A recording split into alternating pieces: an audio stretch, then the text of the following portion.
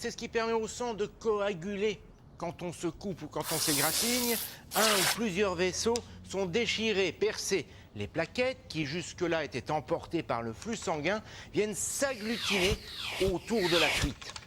Cette réaction tient à la nature des vaisseaux. Ils sont constitués de deux membranes. Si les plaquettes n'ont aucune prise sur la membrane interne, elles s'accrochent en revanche très bien à la membrane externe qu'elles peuvent atteindre quand le vaisseau est déchiré. Cela dit, les plaquettes à elles seules ne sont pas suffisantes pour colmater la brèche. En effet, le bouchon n'est pas étanche. D'autres réactions sont nécessaires pour fermer parfaitement cette fuite. Et là encore, les plaquettes sont dans le coup. Au moment où elles touchent la membrane externe, elles déclenchent la formation d'éléments chimiques qu'on appelle des facteurs, qui à leur tour déclenchent la formation de nouveaux facteurs. Toujours est-il que de réaction en réaction, des fibres apparaissent dans le sang qui viennent colmater la brèche définitivement.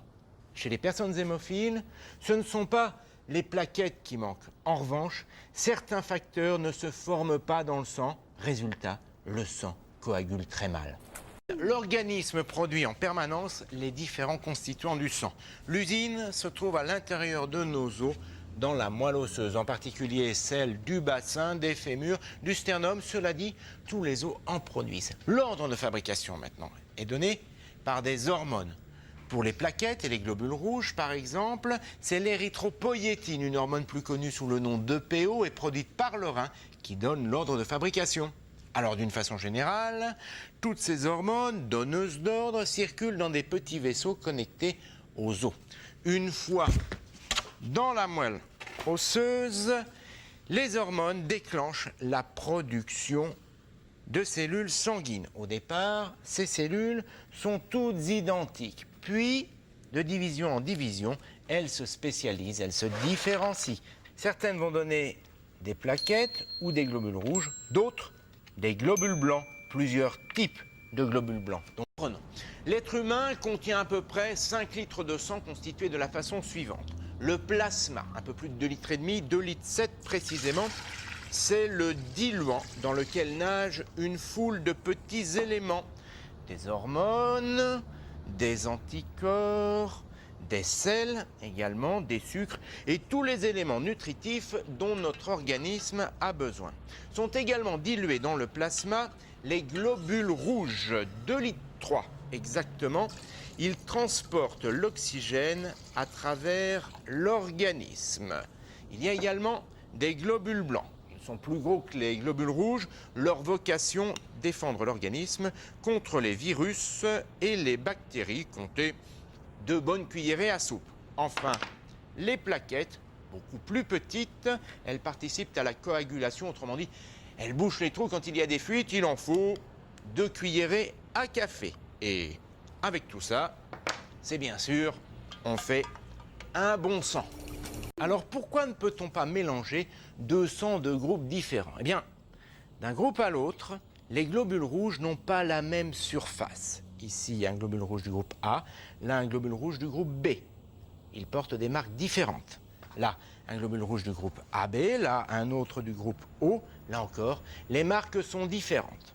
D'autre part, parmi les éléments qui constituent le sang, il y a des anticorps. Ce sont des éléments chimiques qui luttent contre les intrus, contre les globules rouges qui ne portent pas les mêmes marques. Ainsi, dans le groupe A, il y a des anticorps anti-B.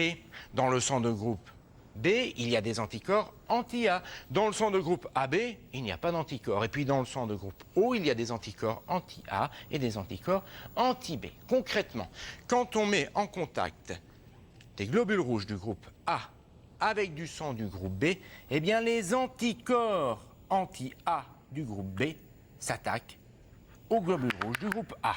Ceux-ci s'agglutinent et ils deviennent inopérants. Alors le cœur, c'est une pompe qui fait circuler du sang dans l'organisme. Et c'est très important parce que c'est le sang qui transporte l'oxygène dont nos cellules ont besoin.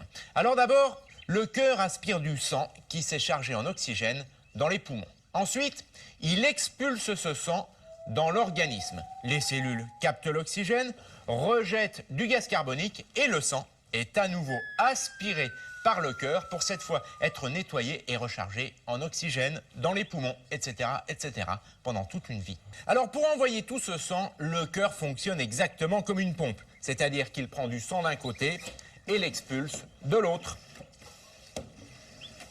Alors pour éviter que le sang retourne d'où il vient, le cœur, comme toutes les pompes, est équipé de valves. J'explique. Lorsque le cœur aspire, cette valve est fermée, celle-ci est ouverte. Ensuite, lorsque le cœur expulse le sang, cette valve est fermée, celle-ci est ouverte, etc., etc. Poumta, c'est pas grave. Le poum, c'est quand le cœur expulse le sang. Autrement dit, quand le cœur se contracte. Le ta, c'est à l'inverse, quand le sang afflue, quand le cœur aspire le sang. Et avec ça, eh bien, on expulse 5 litres de sang par minute.